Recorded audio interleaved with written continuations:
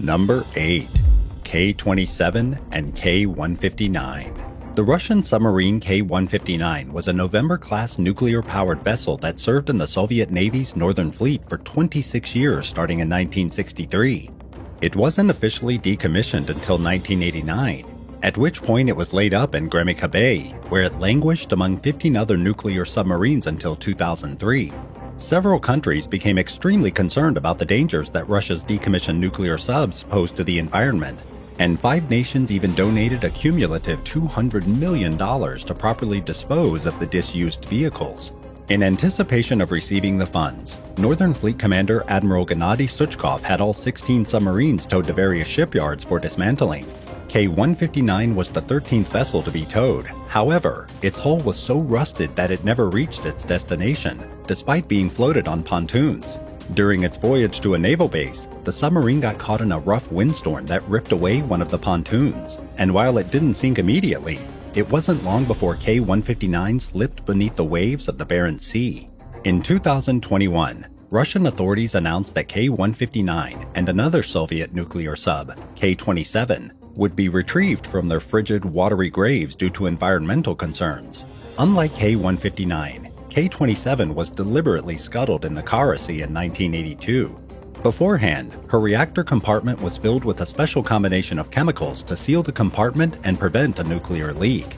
A joint Russian and Norwegian expedition in 2012 didn't detect high levels of pollutants in the water, but there are still fears that K-27 could be hazardous to the environment, especially since her hull is in poor condition. According to officials, both K-159 and K-27 will be removed from the water by 2030. In the meantime, researchers continue to monitor the wrecks. Number 7. Iraq's toxic shipwrecks. 3 major wars have been fought along a 36-mile stretch of the northern Gulf Coast in recent decades. The Iran-Iraq War, which lasted from 1980 to 1988, the 1991 Gulf War, and the U.S. invasion of Iraq in 2003. The waters near Iraq's 2 deepwater ports, Qasr and Az-Zubayr, have become littered with shipwrecks, a direct result of these conflicts, and many, if not most of these submerged vessels are leaking toxic petroleum and other pollutants into the water, according to a study authored by researcher Valerie J. Brown.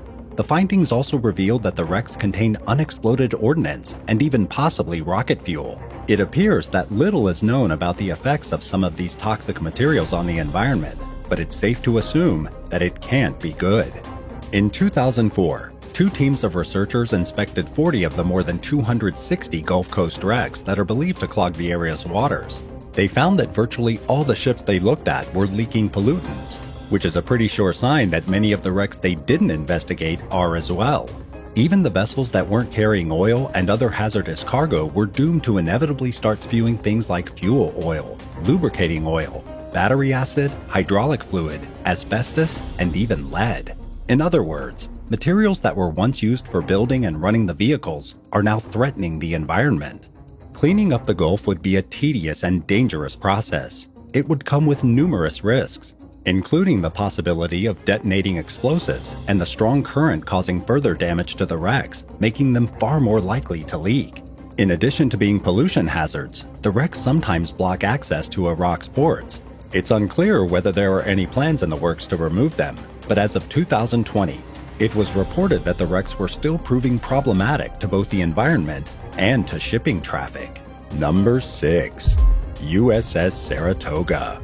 Built as a battlecruiser during the 1920s, the 888-foot-long USS Saratoga, also known by its call name, CV-3, was eventually converted into one of the American Navy's first aircraft carriers. She entered service in 1928 and spent her entire career serving in the Pacific Fleet, including during World War II.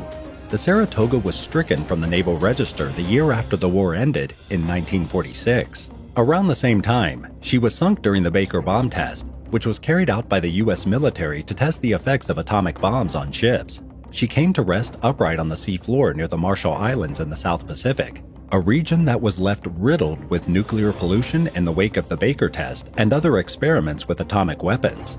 The Saratoga was just one ship among an entire fleet that was blown up in the 230-square-mile lagoon off Bikini Atoll during the experiment.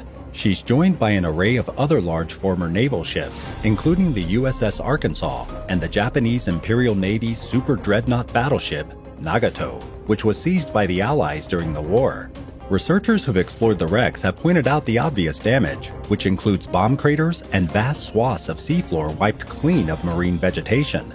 But they were surprised to discover that some of the coral reefs surrounding Bikini Atoll have started to show promising signs of recovery despite radiation levels remaining high. Many of the submerged ships have become de facto artificial reefs, offering homes to abundant populations of sea-dwelling life forms. At the moment, it's not exactly clear what the pollution means for the wildlife in and around the toxic wrecks, not to mention the human communities that live nearby. Number 5.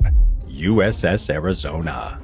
The USS Arizona was built during the First World War, but it saw little combat before the Japanese attack on Pearl Harbor in 1941.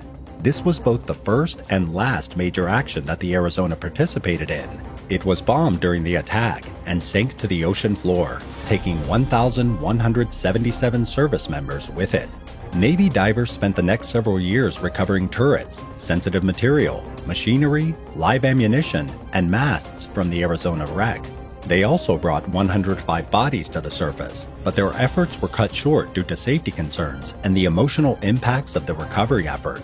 The remaining individuals were declared buried at sea.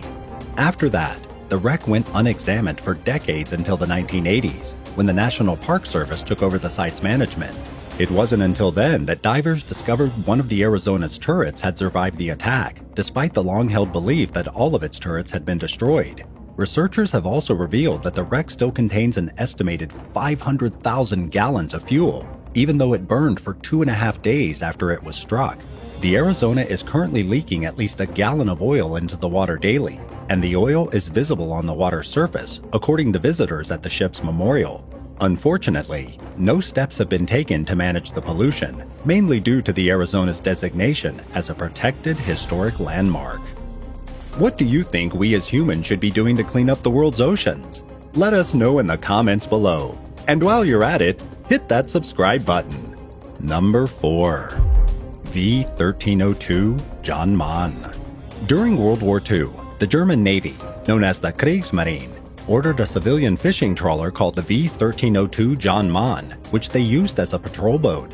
In early 1942, the vessel helped evacuate German warships from Brest Harbor in France, where the British had essentially trapped them in. The extremely risky mission, known as Operation Cerberus, or the Channel Dish, commenced under Adolf Hitler's orders that the ship should dash up the English Channel and back to Germany. The John Mahn was one of more than 200 escort vessels that were tasked with guiding the escaping ships along their journey. At some point, the Allies intercepted the convoy, and the John Mahn was struck by 2 bombs and was pelted by machine gun bullets. With no other choice but to abandon the ship, the crew evacuated as the trawler began to disappear beneath the waves. It was the only ship that was lost during the Channel Dash, despite the convoy coming under heavy Allied gunfire. Of the 27 crew members who were rescued, 26 survived, but 11 others were lost at sea and presumed dead. Today, the wreck sits 115 feet below the water's surface in the Belgian region of the North Sea. It's mostly intact, but is extremely hazardous due to the presence of multiple unexploded depth charges that remain on board, along with other dangerous munitions and coal reserves. A 2022 study showed that these materials are toxic to nearby marine life, and they negatively affect the geochemistry of the seafloor. In samples, scientists detected arsenic, heavy metals including nickel and copper, explosive compounds, and poisonous chemicals that naturally occur in fuel, known as polycyclic aromatic hydrocarbons, or PAHs. What's perhaps even more shocking is that the John Mahn is just one of many shipwrecks from both world wars that are responsible for the presence of somewhere between 2.5 million and 20.4 million metric tons of petroleum products throughout the world's oceans. And while it's understandable that people pay attention to wrecks mainly out of a fascination about their history, or because they may harbor undiscovered treasure, it's important not to overlook the environmental consequences of sunken warships. Number 3. SS Edmund Fitzgerald. Built during the late 1950s, The 729-foot-long SS Edmund Fitzgerald was an American freighter that spent 17 years hauling iron ore from Duluth, Minnesota to Detroit, Michigan, Toledo, Ohio, and various other ports throughout the Great Lakes. Despite her short-lived career, she set seasonal haul records 6 times, and on several occasions beat her own record. She made hasty deliveries and would often draw crowds because of her size. The ship was also famous for her captain, who was known for playing music at all hours of the day and night while sailing along the St. Clair and Detroit rivers between Lakes Huron and Erie. Nicknamed the DJ Captain, he also liked to entertain spectators at the Soo Locks between Lake Huron and Superior with commentary about the Edmund Fitzgerald's history. The vessel's glory days came to an unexpected end in late 1975, when the Edmund Fitzgerald got caught in a brutal storm on Lake Superior with hurricane-force winds and 35-foot-high waves. She broke in two and sank in Lake Ontario, plunging to a depth of 530 feet. Sadly, she was just 17 miles away from the nearest bay. All 29 crew members aboard perished, including the beloved captain, and unfortunately, none of the bodies were ever recovered. The Edmund Fitzgerald is one of 5 wrecks located in the Great Lakes that are on the NOAA's list of shipwrecks that are considered potential environmental hazards. It's classified as a medium-risk wreck, and so far, it hasn't sprang any known leaks. But that could change in the near future if measures aren't taken to clean up the more than 50,000 gallons of heavy-grade oil that are still in its fuel tanks. Number 2. The Gulf State. Built in California in 1920, the 435-foot-long Gulf State served as an Allied tanker in World War II. It was torpedoed by a German U-boat and sunk off the Florida Keys in 1943 while traveling from Galveston, Texas to Portland, Maine. Unfortunately, the wreck has never been located, so little is known about its current state. It was unescorted when it was struck, but it's believed that the ship went down roughly 50 miles southeast of Marathon Key. After being hit, the vessel burst into flames that towered at least 100 feet high. After being unable to launch the lifeboats, the ship's 8 officers, 34 crewmen, and 19 armed guards jumped into the water and swam through hundreds of feet of burning oil to get away from the deadly blaze. They clung to floats for hours, hoping someone would come to their aid, but sadly, 43 of the men lost their lives while waiting to be rescued. Scientists from the National Oceanic and Atmospheric Administration were able to glean some details about the wreck based on studies of other similar types of shipwrecks. They were able to determine where they think it is, the damage it sustained during the attack, and what kind of condition they believe it's in now. They estimated that the ship now rests in more than 2,800 feet of water. According to the NOAA risk assessment, the wreck may still contain as much as 3.5 million gallons of bunker oil. The survivors recalled seeing a huge hole torn into the vessel's hull by one of the torpedoes, so a leak is likely to occur. Based on the hazards the Gulf State poses to the environment, the NOAA strongly recommended that the government try to locate the wreck so that its potential to cause damage can be assessed more accurately. Number 1. Argo. The 120-foot tank barge called the Argo was built in Baltimore, Maryland in 1911. She spent at least a portion of her career transporting fuel across the Great Lakes. However, little is known about the Argo's ill-fated final voyage in 1937, including where she departed from and where she was headed. The ship sank during a brutal storm in Lake Erie on October 20th of that year. Only 2 people were aboard when the vessel foundered in Canadian waters off Pelee Island, and fortunately, they both survived. According to records, the Argo came to rest at a depth of roughly 40 feet. In a hazard assessment from early 2013, NOAA scientists noted that the wreck was reportedly still leaking oil. As of 2012, the water in the area had a detectable sheen that couldn't be attributed to any contemporary ships. Even though it seems to be the case, the NOAA has been unable to confirm for certain whether the Argo is leaking, and unfortunately, without an exact location, experts can only make an educated guess about the condition of the wreck and the hazards it poses. 6. The Lost Train of Lake Superior. Of all the Great Lakes, Lake Superior is the biggest and deepest, and it's also full of mystery. One of them is the wreck of a freight train that derailed and plunged into the lake more than a century ago. The train was the CPR 694, a Canadian Pacific Railway locomotive that was hauling 12 boxcars from Thunder Bay to Winnipeg on June 9, 1910. As it was passing near Mink Harbour in Ontario, it hit a large boulder that had fallen on the tracks. The impact then caused the train to derail and fly off a cliff, falling about 65 feet into the water below. 3 crew members died as a result of the accident, and one of them was never found.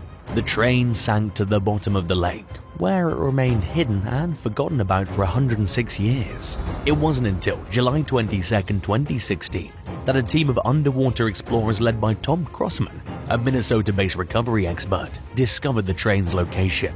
They used a remotely operated vehicle, ROV, with a video camera to scan the lake floor, following the coordinates provided by another diver who'd found 2 of the train's boxcars 2 years earlier in 2014.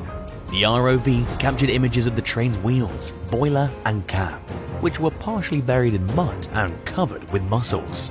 The train was lying about 230 feet below the surface among a field of boulders. The team also recovered some artifacts from the train, including a lantern, a whistle, and a toolbox.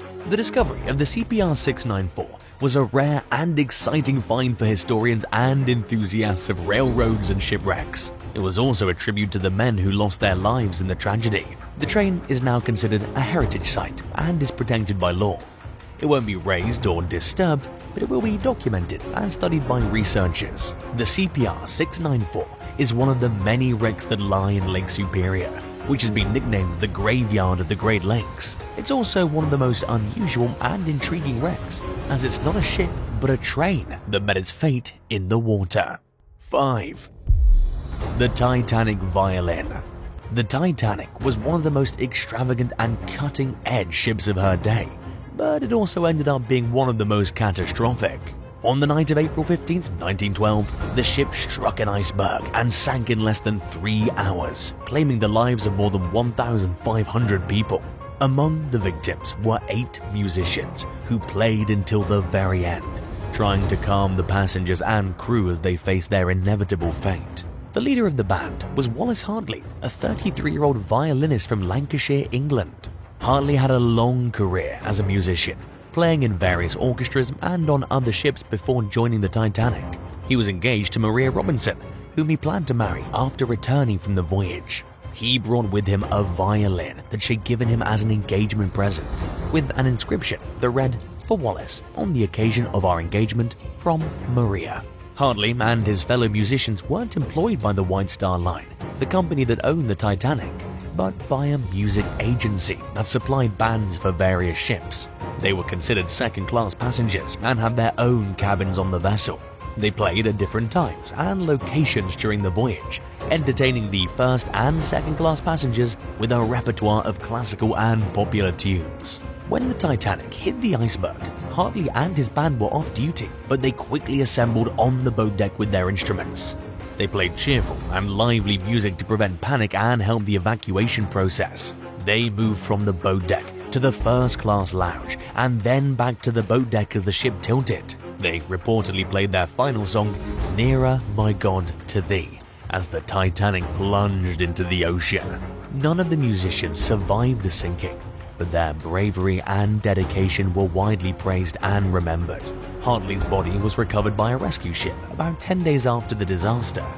He was still wearing his life jacket and holding his violin case strapped to his body. The violin was returned to Maria Robinson, who never married, and kept it as a memento until her death in 1939. The violin passed through several hands until it was rediscovered in 2006 by an auction house in England.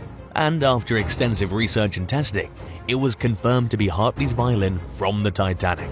It was then displayed in several museums and exhibitions before being sold at an auction in 2013 for $1.7 million, a record price for Titanic memorabilia. The Titanic violin is more than just an instrument. It's a symbol of courage and sacrifice in the face of tragedy.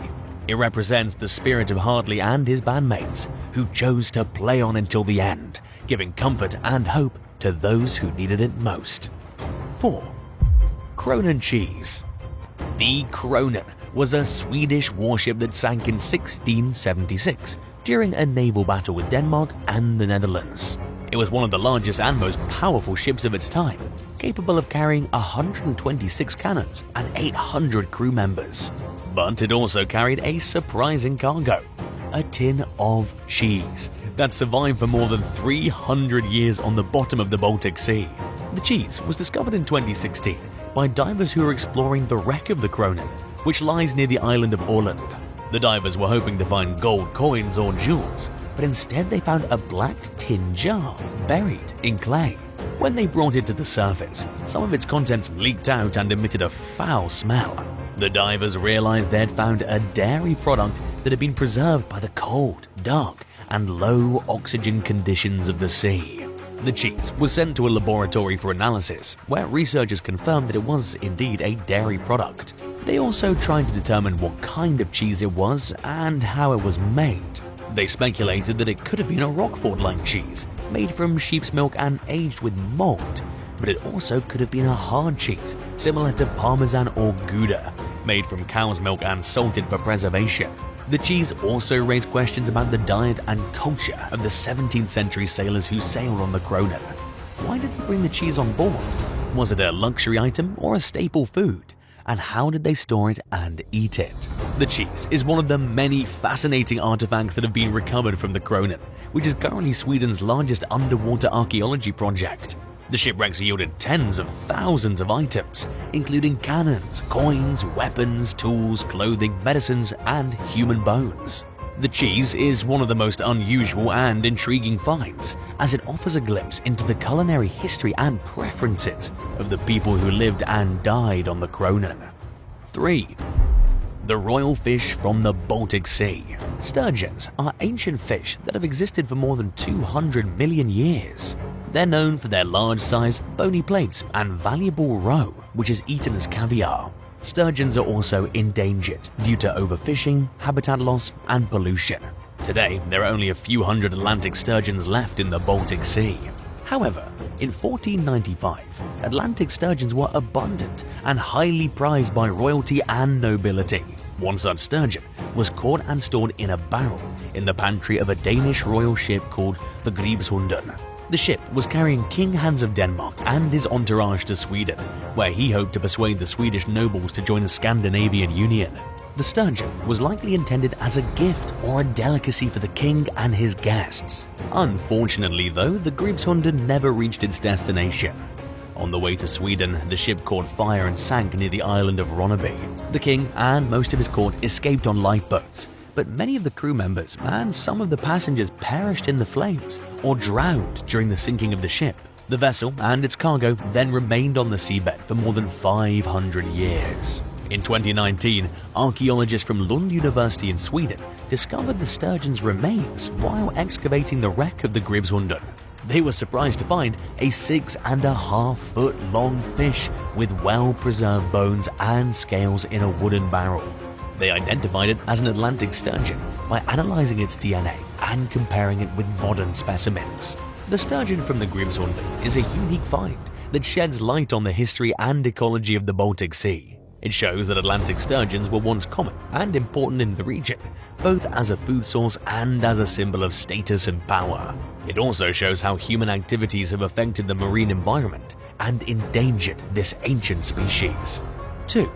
The sea's ancient beer. Beer is one of the oldest and most popular beverages in human history, but few beers can claim to have aged for more than 200 years. That's the case though for some bottles of beer that were recovered from a shipwreck near Finland in 2010.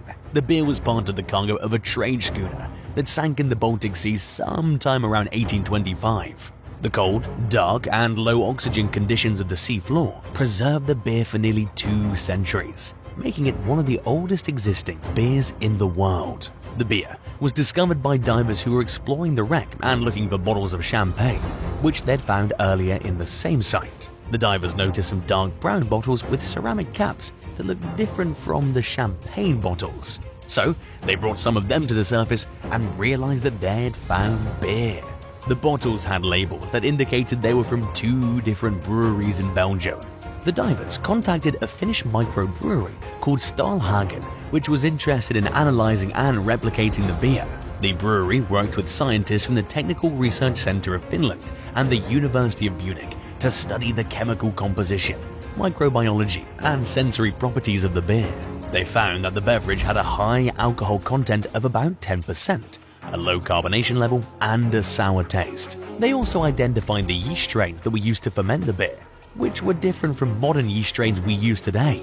The brewery then eventually decided to recreate the beer using modern ingredients and techniques, while still following the original recipe as closely as possible. They named it Historic Beer 1842 and launched it in 2014.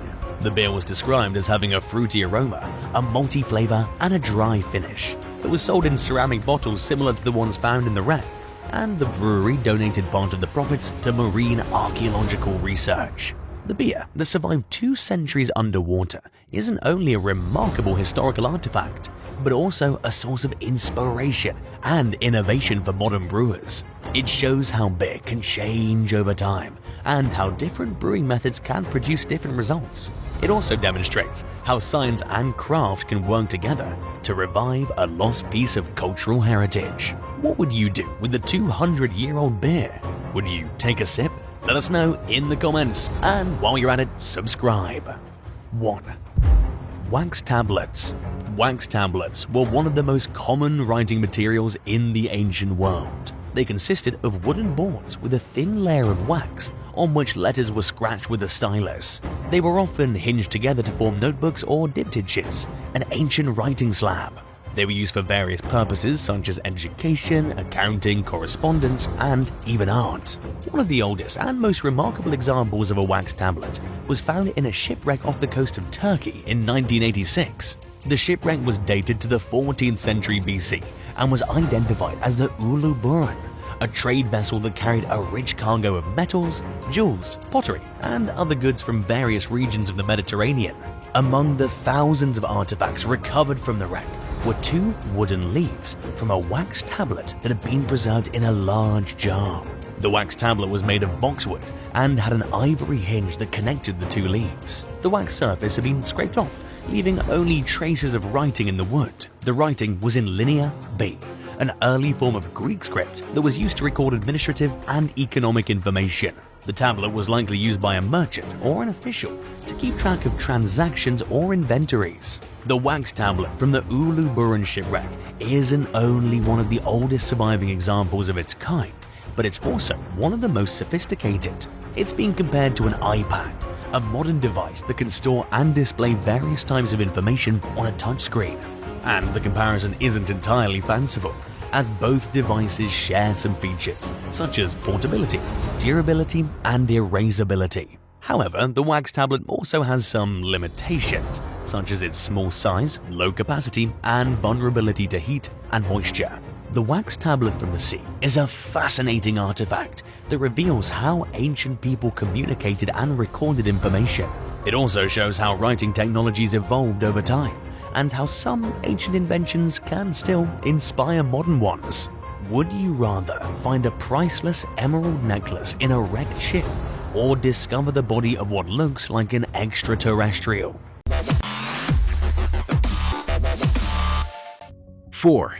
K-278. Even when nuclear submarines have sunk, they can still pose a danger unlike any other. This is certainly the case when it comes to the Soviet nuclear submarine, Komsomolets, otherwise known as K-278. Komsomolets sank following a fire in the Norwegian Sea in 1989. 42 lives were lost during the sinking of the submarine, and 2 plutonium warheads went down with it as well. In 2019, 30 years later, Norwegian scientists sent a remotely operated vehicle, ROV, down to survey the wreck, which is located at a depth of 5,512 feet. The footage from the survey showed that the Komsomolets was in pretty bad condition. Not only that, but perhaps the scariest thing of all was that the radiation readings coming from the sunken submarine were astronomical, a whopping 800,000 times higher than normal. However, the scientists in charge of the study maintain that there's no cause for alarm. Radiation level is high, but the sheer amount of Arctic water that the submarine resides in is enough to sufficiently dilute the radiation, to a point where it's not causing considerable damage to the water and the sea's ecosystem. One of the things that did catch the scientists by surprise, though, was the presence of a cloud billowing out of one of the submarine's ducts. And when they measured the radiation at the site, it was far higher than normal. The scientists are unsure what exactly is coming out of the duct, but they hope to find out in the near future by conducting further studies on the submarine. 3. USS Thresher. The USS Thresher was the first nuclear submarine ever constructed. The sub launched in 1961 from Portsmouth in Maine, where she'd been built to undergo testing. This submarine was pretty special, as it was the first of its kind.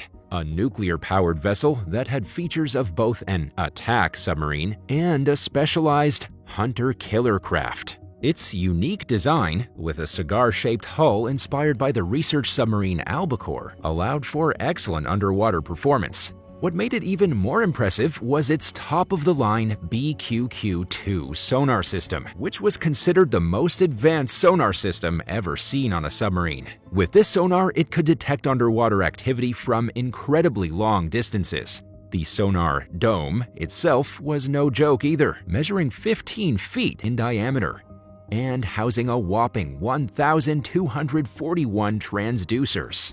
Powered with an S-5W reactor, the Thresher had practically unlimited range and could dive to a record 1,300 feet, the deepest of any U.S. vessel at the time, thanks to its HY-80 steel hull. The tests of the USS Thresher were carried out with safe hands.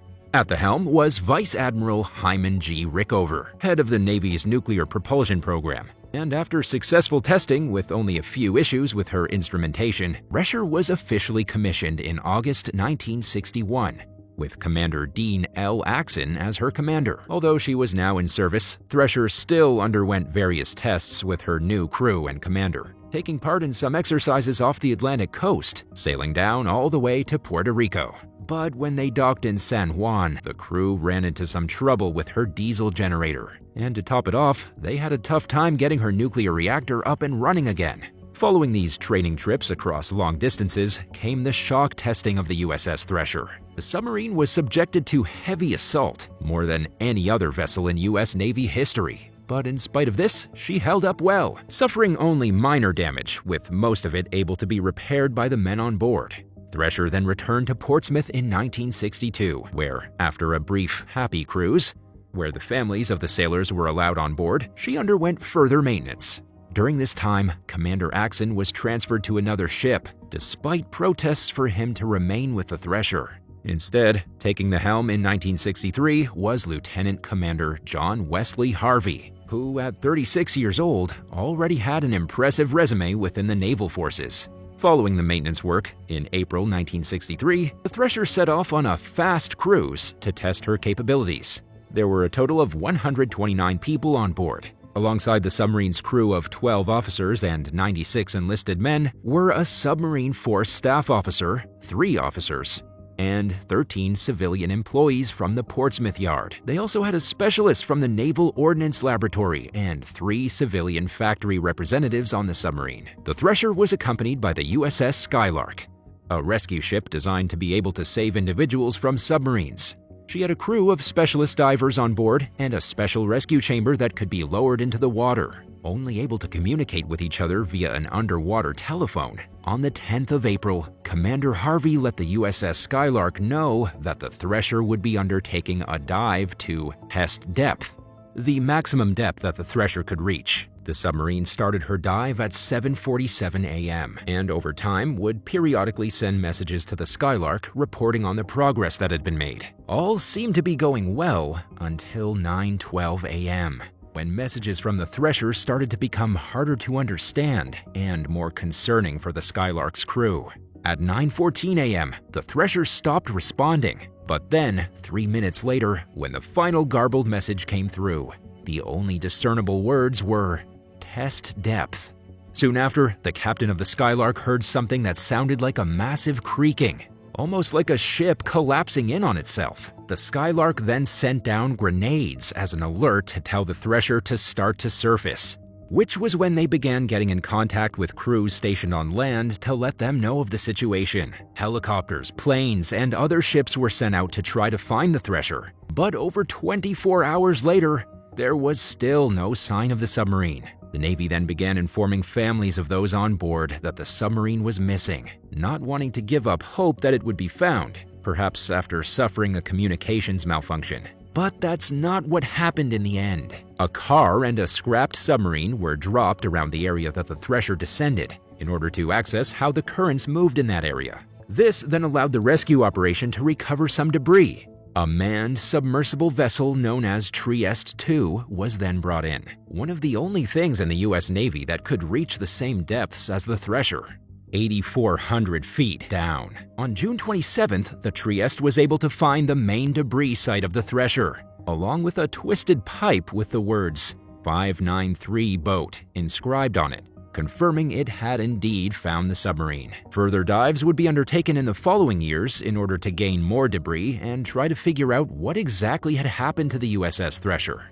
An extensive inquiry was carried out, numbering over 1,700 pages. Although they couldn't confirm for sure, the devastating tragedy was likely due to a flooding casualty in the engine room. When the US Navy builds submarines, they make sure they can handle pressure up to 1.5 times their intended test depth. Determining the collapse depth involves a combination of mathematical calculations and model tests. So it was logical to assume that the Thresher's collapse depth was around 1,950 feet. However, something tragic happened to the Thresher. The series of events that unfolded caused it to go deeper by about 600 feet in just 5 dreadful minutes, going from its test depth to the point of collapse. It was a critical and devastating turn of events. The catastrophic end of the USS Thresher led the US to delay the construction of any further nuclear submarines. They also expanded their search and rescue program for deep-sea operations with the launch of the DSSP program. And although it's not the only nuclear submarine to have been lost at sea, the USS Thresher, with 129 lives lost, remains the worst nuclear submarine disaster in history. 2. USS Scorpion.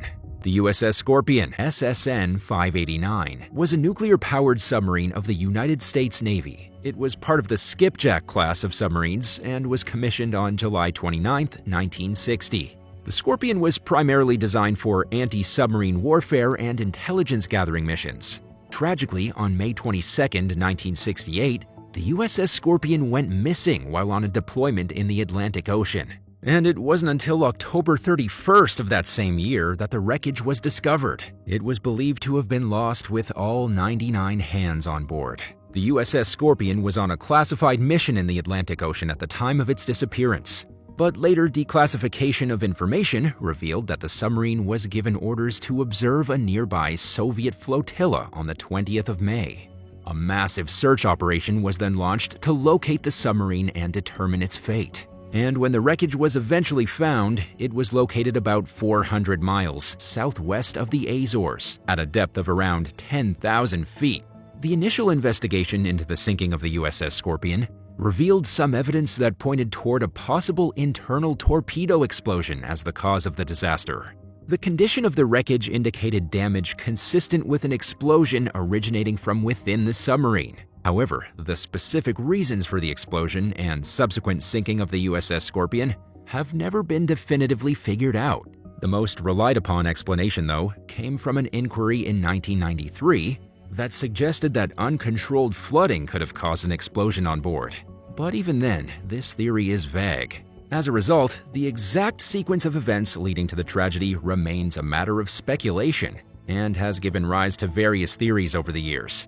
Some hypotheses suggest mechanical failure, malfunctioning torpedoes, or even external factors such as a collision with a Soviet submarine. It's either one of those explanations, or the flotilla the Scorpion was spying on managed to take her out. The loss of the USS Scorpion was a significant event that prompted a reevaluation of submarine safety and operational procedures within the US Navy. It led to improvements in submarine design, enhanced emergency systems, and refined protocols for submarine operations. And despite ongoing investigations, the full details surrounding the disaster on the USS Scorpion may never be definitively known. The incident also continues to be a subject of interest and study within naval circles and among historians, with the US Navy denying any further inquests and forbidding anyone from being able to dive down to the wreck. It seems like the truth behind the USS Scorpion's demise is still a closely guarded secret. What do you think truly happened to the USS Scorpion? Let us know in the comments down below, and don't forget to hit that subscribe button. 1. The Kursk. The Kursk, also known as K-141, was a Russian Oscar II class submarine, a nuclear-powered vessel specifically designed to neutralize large enemy ships, especially aircraft carriers. These large submarines measured 508 feet in length with a beam of almost 60 feet, and in terms of displacement, they weighed a staggering 19,400 tons, twice as much as a destroyer. To match the capabilities of American nuclear-powered carriers, the Soviet Oscar II submarines were equipped with 2 OK-650 nuclear reactors.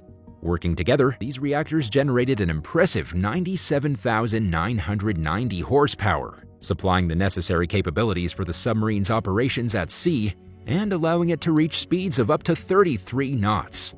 Each submarine had a hefty arsenal of 24 P-700 Granite missiles, and they were as big as small planes, measuring a whopping 33 feet in length and weighing a hefty 15,400 pounds each. And these missiles could pack a serious punch. The Kursk and the subs like it had two options when it came to warheads.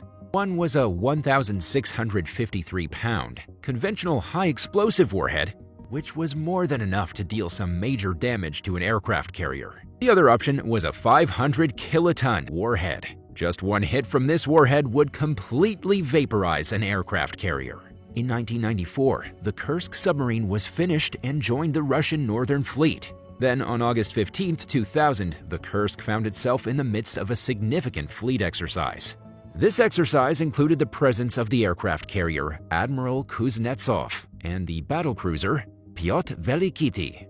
The Kursk was loaded up and ready for action. It was armed to the teeth with Granite missiles and torpedoes, all set for a simulated attack on the Admiral Kuznetsov. It was a high-stakes exercise, testing the capabilities and readiness of the submarine in a strategic scenario. The Kursk's involvement in this fleet exercise showcased its firepower and its role as a formidable force in naval operations. But little did anyone know at the time the tragedy that would befall the Kursk and its crew just a few days later. At around 11:20 a.m. local time during the exercise, a powerful underwater explosion sent shockwaves through the area. Just 2 minutes later, an even larger explosion followed, causing significant disruption. These explosions were documented by a Norwegian seismic monitoring station, providing evidence of their impact.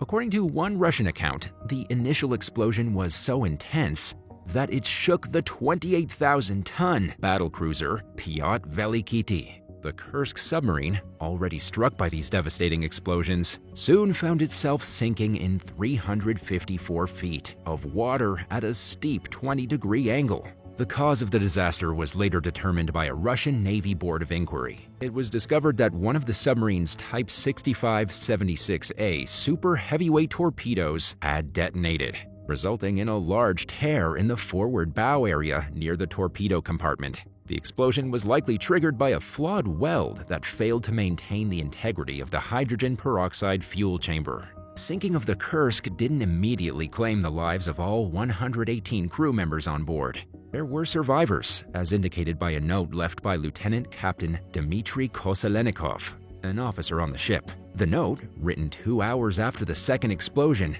documented the existence of 23 survivors. Desperate attempts were then made to rescue the remaining crew members, as British and Norwegian rescue teams were quickly mobilized to assist in the operation.